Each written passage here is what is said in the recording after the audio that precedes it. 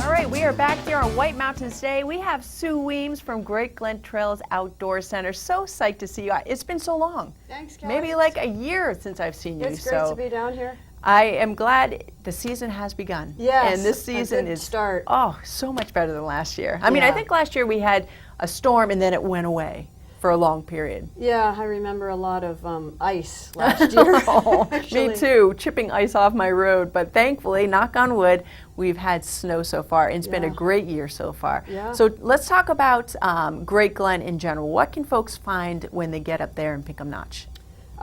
So we have a lot to offer up at Great Glen. We have, for activities, we have our trail system for cross-country skiing and snowshoeing. We really pride ourselves on grooming that out really nicely for the cross-country skiing. And it's gorgeous as well, right at the foot of Mount Washington. Yes, yeah, you have beautiful views. And then the trails are really fun at Great Glen. They were designed to be fun cross-country trails, so they're interesting. They're rolling. Yeah, so I was just going to say there's like corners, and it's you know it's not just these straight shots. Right. It's a fun trail to explore. And then we have a snow tubing hill. And that's the old-fashioned kind, right? Yes, it's a walk uphill. It's a nice size hill for walking up, and the snow tubes are at the base of the hill. And when you get a tubing pass, or if you have a pass for cross-country or snowshoeing, and includes tubing, you just go to the base of the hill, grab a tube, take as many runs as you like, put the tube back, and because it's just a little bit out on the trail system, Right. it's a great activity, like for young families to say, okay, let's ski to the tubing hill. Yeah, a little destination. Yes, and it's certainly doable for anyone to ski or snowshoe out to the tubing hill, do some tubing, put the tube back, and then either come back in or, continue on their way. Because you guys did some major work, it was quite a few years ago now, going under Route 16. Because a lodge, as you're driving up north, it's going to be on the right-hand side. And then you guys have a tunnel under 16, so you never have to worry about shuttling across the road, anything like that. And we're seeing some video now of the beautiful system. There's the snow tubing right there. Hill, right, and this is just a gorgeous, gorgeous area. And you have cross-country skiing, snow tubing. Now, the fat biking. Oh, yeah. This is something that has just exploded. Yeah, we brought it in, I think last year was our first year bringing in the fat biking. And they're bikes with really wide tires, and low tire pressure. Yeah. So have you tried them? I have, yeah. What kind, is it bouncy? No, it's pretty steady. You do best, the fat biking is best when it's quite a firmer surface. Yeah, imagine, so it will be, and they're going to be allowed on our regular trail system. It will be a little bit condition dependent. If we have fresh snow that's a soft surface, because we really take pride in the great ski conditions, that wouldn't be a day to come fat biking. Right. But when you get a day that the snow's really set up and it's firm. Like all last season. Yes. You could fat bike a lot. Yes, so that's definitely. what you guys are good at, though, is managing the trails for the best use, multi-use. Right. So you're going to guide people, snowshoers, fat bikers, you're going to guide them certain areas that are designated that it maintains the trail integrity. Yep. So let's talk a little bit about you, if you don't mind. And I don't know if you guys knew this, but Sue is an Olympian. And that is so cool. Tell me a little bit about that whole experience. It was super exciting. It was 1984, and I had actually, we had a party last night, a business party, and I was saying that in 1980, I was at Middlebury College, and I had a chance to go over and watch one day of the 1980 Olympics in Lake Placid. And it just happened to be the women's cross-country relay race, which is 4 women each doing 5 kilometers. This is 1980, and I went over and I watched that. I was not yet a cross-country skier. You're kidding. No. So that was the first inspiration that you had? Well, I had, I just dabbled in it. I had been an alpine skier and alpine racer for years. Wow. but I was friends with cross-country skiers, and that's the ticket I got. So I went over and I watched it, and it was fabulous. It was really exciting, and I really admired what those women athletes were doing. I mean, it's a really challenging sport. Absolutely. So that spring, I took up cross-country skiing, and what's kind of amazing is 4 years later, I was in that event. That is so cool. I never knew that. Yeah. So 4 years later at the Olympics, and you competed in all 4 events for the women's cross country. Yeah. So, but one was the relay. One was the relay. That was really probably the highlight. I got to be the lead-off skier. That's amazing. And it was very Talk about exciting. the nerves at the start, huh? Yeah. Well, you didn't have nerves? I was, really excited. Wow. I had raced. I probably would have passed out. Oh. She's down. Yes, No, she is. it was really. I mean, I was very excited. Maybe too excited. That was tough for me. I have a tendency to go out too fast because of being excited. That's something I definitely still work on when I do a 5K race.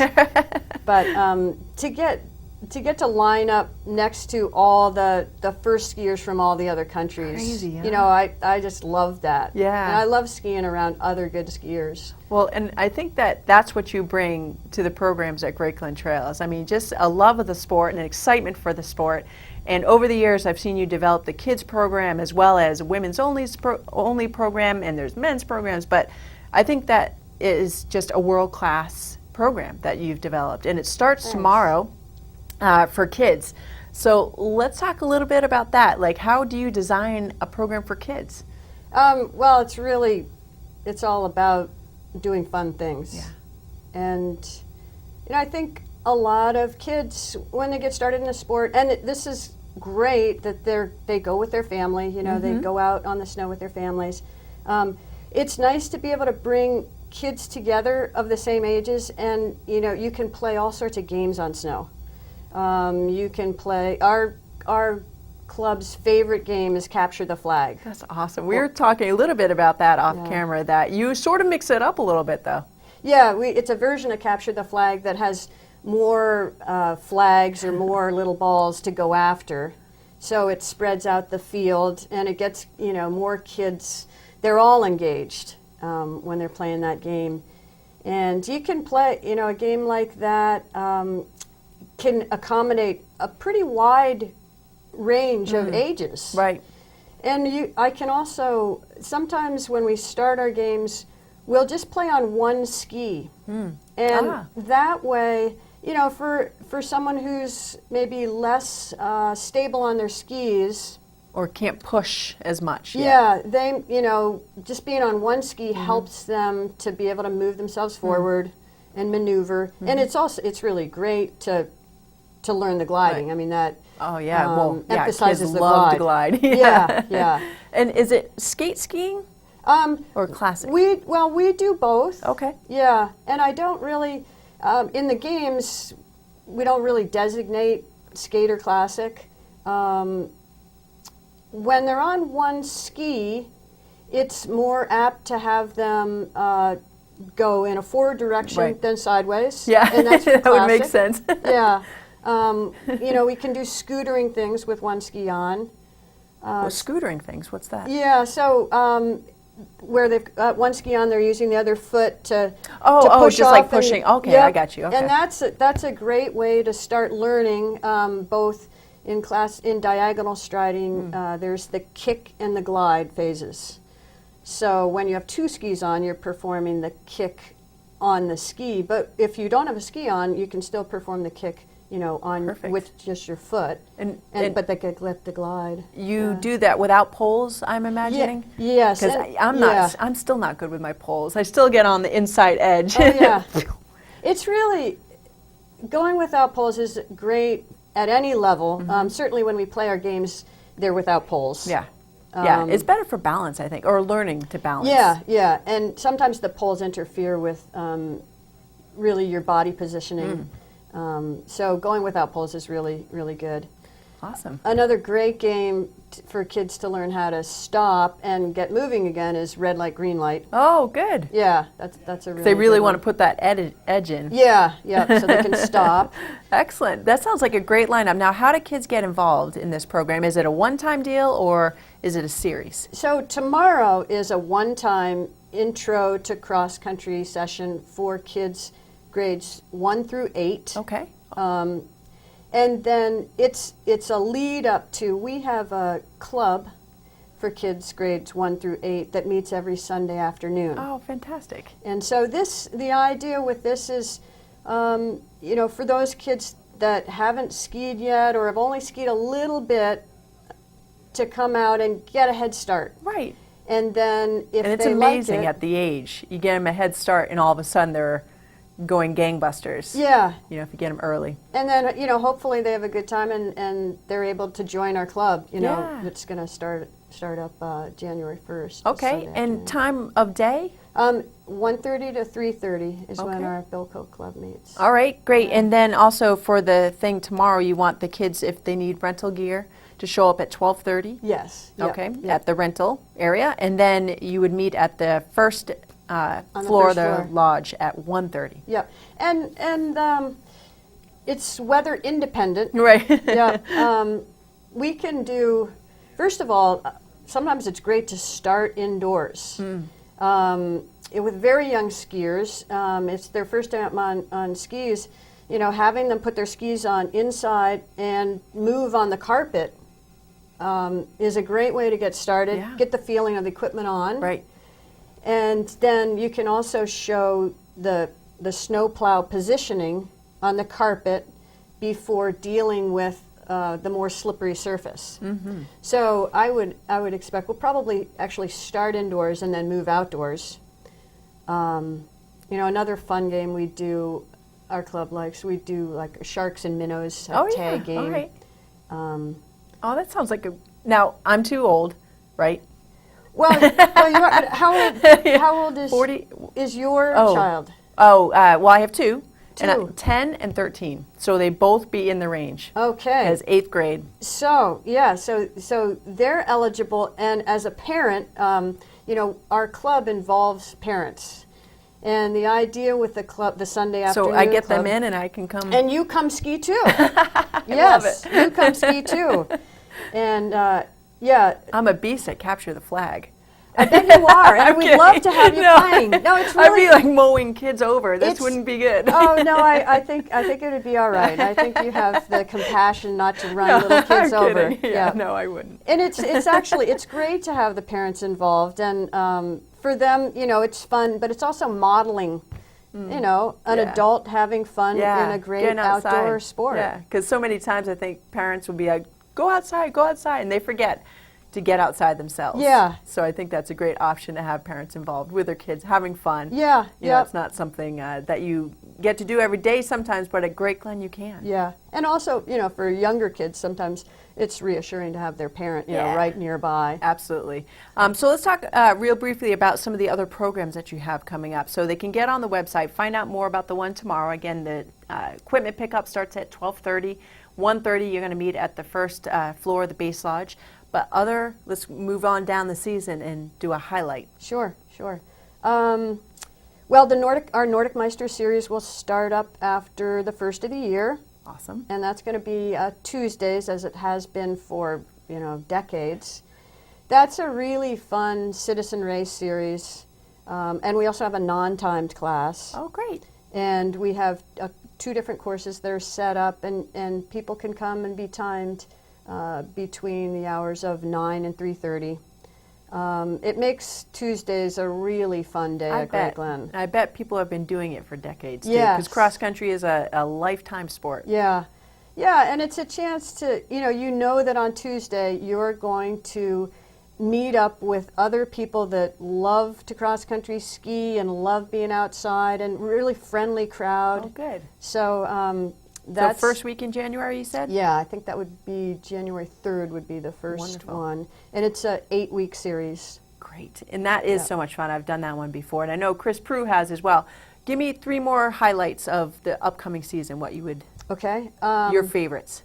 So we've got our Women's Winter Escape, which is the Saturday of Martin Luther King weekend. Okay. And we've changed it a little bit. We've made it a one-day event instead of a two-day event, although it's followed the next day by our demo days. Oh, great. Fun. And excited about that. We limit it to 20 women, and we have all sorts of clinic offerings for all abilities, as well as snowshoeing and yoga. Our snowshoe tours are led by a naturalist from the Appalachian Mountain Club, who's fantastic. Oh, good. Yeah.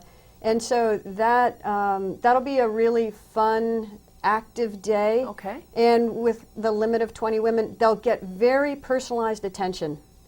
You know, we've got, for the ski clinics, 4 different ski instructors. So the group size will be really small. Okay. So they'll get great individualized attention. Wonderful. Yep. And one more event. One more Yeah, event. that you're looking forward to. Kids Ski Fest. Not to put you on the spotlight or anything. Okay. Kids Ski Fest.